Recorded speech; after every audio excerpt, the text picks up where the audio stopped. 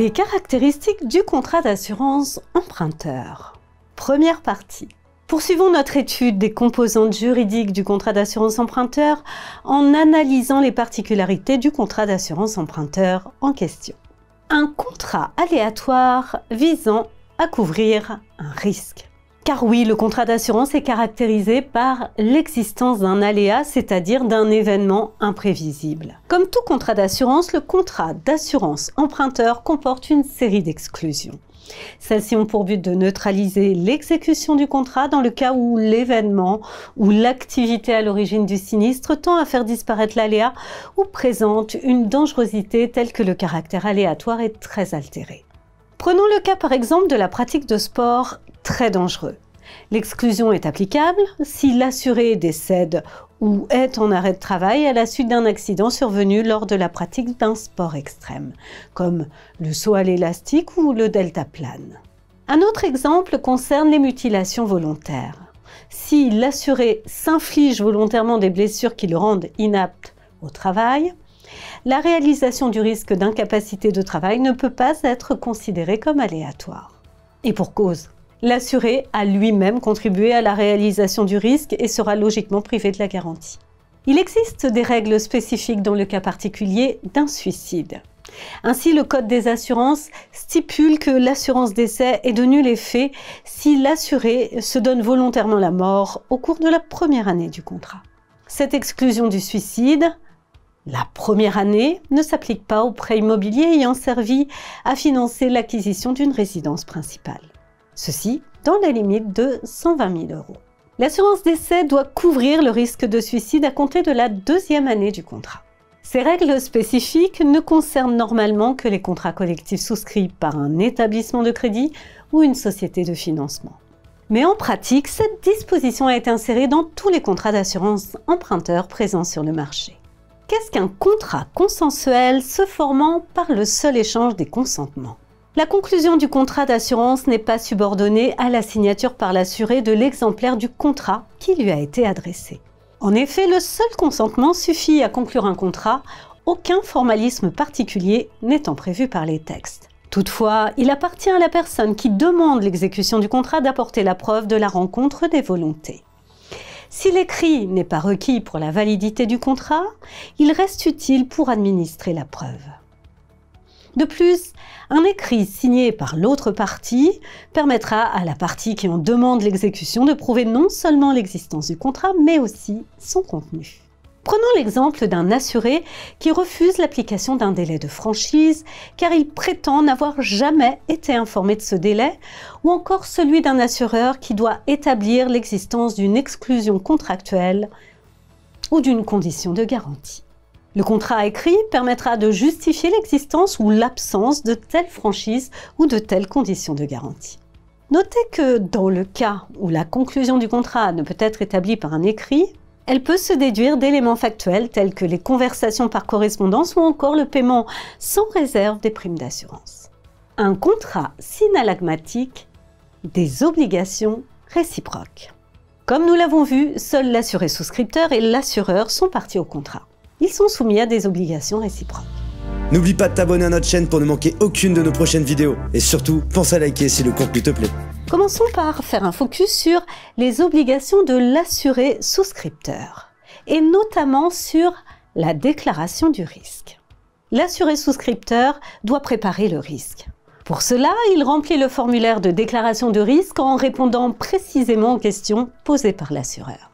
Cela permet à l'assureur en question d'apprécier les risques qu'il prend en charge. Si à l'occasion d'un sinistre, l'assureur se rend compte que l'assuré a volontairement répondu de manière erronée aux questions, il peut prononcer la nullité du contrat, comme le prévoit le Code des assurances. L'annulation du contrat sanctionne ainsi la fausse déclaration intentionnelle, même dans le cas où le risque omis ou dénaturé par l'assuré n'a eu aucune influence sur le sinistre. L'assureur doit néanmoins établir deux preuves. Il doit prouver d'une part le caractère intentionnel de la fausse déclaration et d'autre part le fait que la fausse déclaration a modifié l'opinion qu'il pouvait avoir du risque à couvrir. Cette double preuve n'étant pas toujours facile à apporter en raison du secret professionnel auquel est tenu l'assureur, notamment lorsqu'il s'agit des données de santé. Comment s'opère le paiement de la prime? En plus des obligations liées à la déclaration du risque, l'assuré, s'il est également le souscripteur, est tenu de payer la prime fixée dans le contrat.